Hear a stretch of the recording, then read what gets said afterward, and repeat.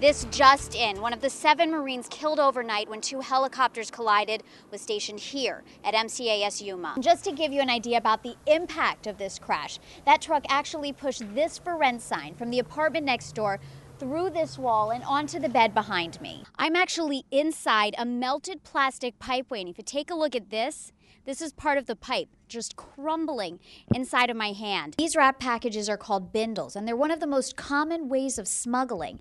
And this little package alone is worth $800 of heroin. Now you can see all of the emergency crews behind me. That's because just under an hour ago, the roof of one of the red tagged buildings caved in. The purpose behind this, of course, to really pump up the athletes, pump up everyone in anticipation of Friday's bell game. And I'm surrounded by a lot of students. Guys, do you want to get the bell back? Yeah! Authorities need your help locating a missing girl who was last seen at the Border Patrol checkpoint in Yuma. The man left locked up without food or water for 5 days while in the custody of the DEA.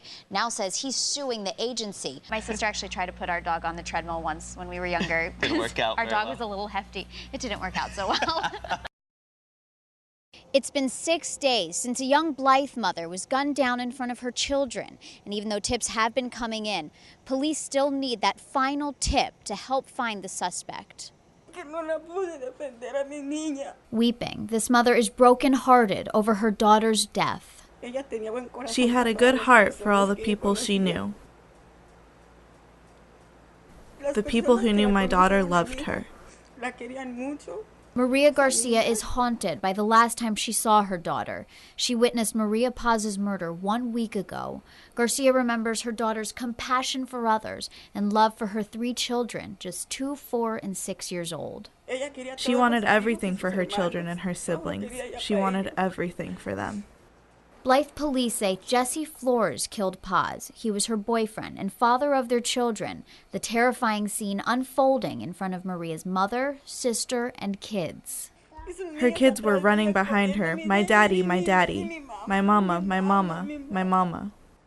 Sergeant Angel Ramirez believes Maria wanted to break up with Flores.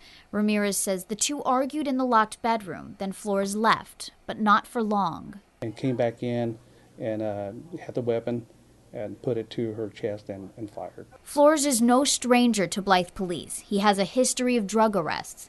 But police and Maria's family say they never saw any history of domestic violence. And in a community as small as Blythe, this is an exceptionally brutal crime. Authorities continue trying to track down Flores. If he was capable of hurting someone that he claims he loved and in front of his children, he's willing to kill anybody else. Of course, anyone with information on where Jesse Flores is should call Blythe Police at 760-922-6111 or 921-CARE to remain anonymous. John, that hole was actually about 5 feet long, 1 foot wide, and crew members were hard at work extracting that hole today so they can ship it off to D.C. and figure out exactly what went wrong. A new look at the hole in the fuselage that formed mid-air in a Southwest Airlines flight Friday afternoon. Pictures from both inside the plane and out showing the extent of the damage. NTSB's Robert Sumwalt now says the hole is 5 feet long, 1 foot wide, caused by pre-existing fatigue. We did find evidence of widespread cracking across this entire fracture surface. The decompression happened about 18 minutes after taking off from Phoenix.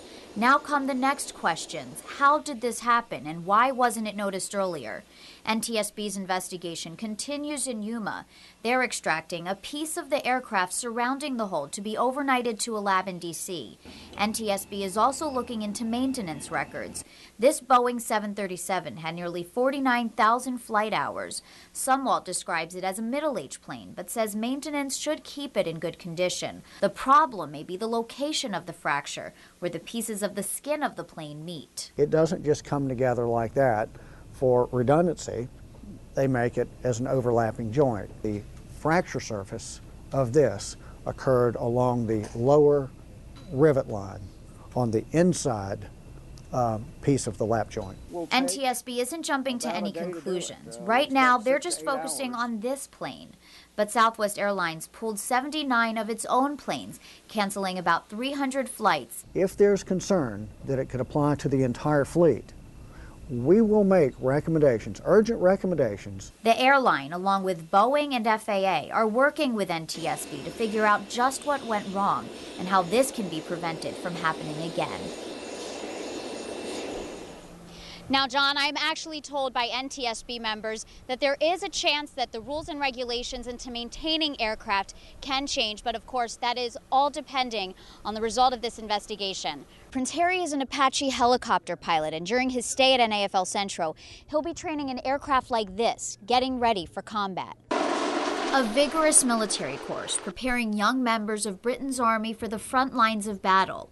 That's what's in store for Prince Harry here at NAFL Centro. The environmental training focuses on safely flying the aircraft in hot, high and dusty conditions. During his time at NAFL Centro, Prince Harry and about 20 others in his unit hope to complete Exercise Crimson Eagle. Prince Harry, an Apache pilot, will learn to fly in desert-like conditions. This is called environmental aviation training. Then, over at the Gila Bend Auxiliary Airfield, the Prince and his unit will fire missiles, rockets, and cannons. This will be the first time that they will have fired the Apache armaments outside of the simulator. And despite being third in line for the British throne, the Prince won't get any special treatment during training. We're going to do operations as normal. He has training to do as a volunteer combat warfighter. Prince Harry won't have much time off in El Centro or Yuma, but that doesn't mean you won't see him out and about in the desert Southwest. Treat him as they treat every other deploying member who comes here, which is famously, we hear from our deploying units here all the time how wonderfully they're treated. After the course here at NAFL Centro, Prince Harry would be limited combat ready. And after further training back in England, he would become fully ready for combat and ready to go on the front lines in Afghanistan. Reporting from NAFL Centro, Rachel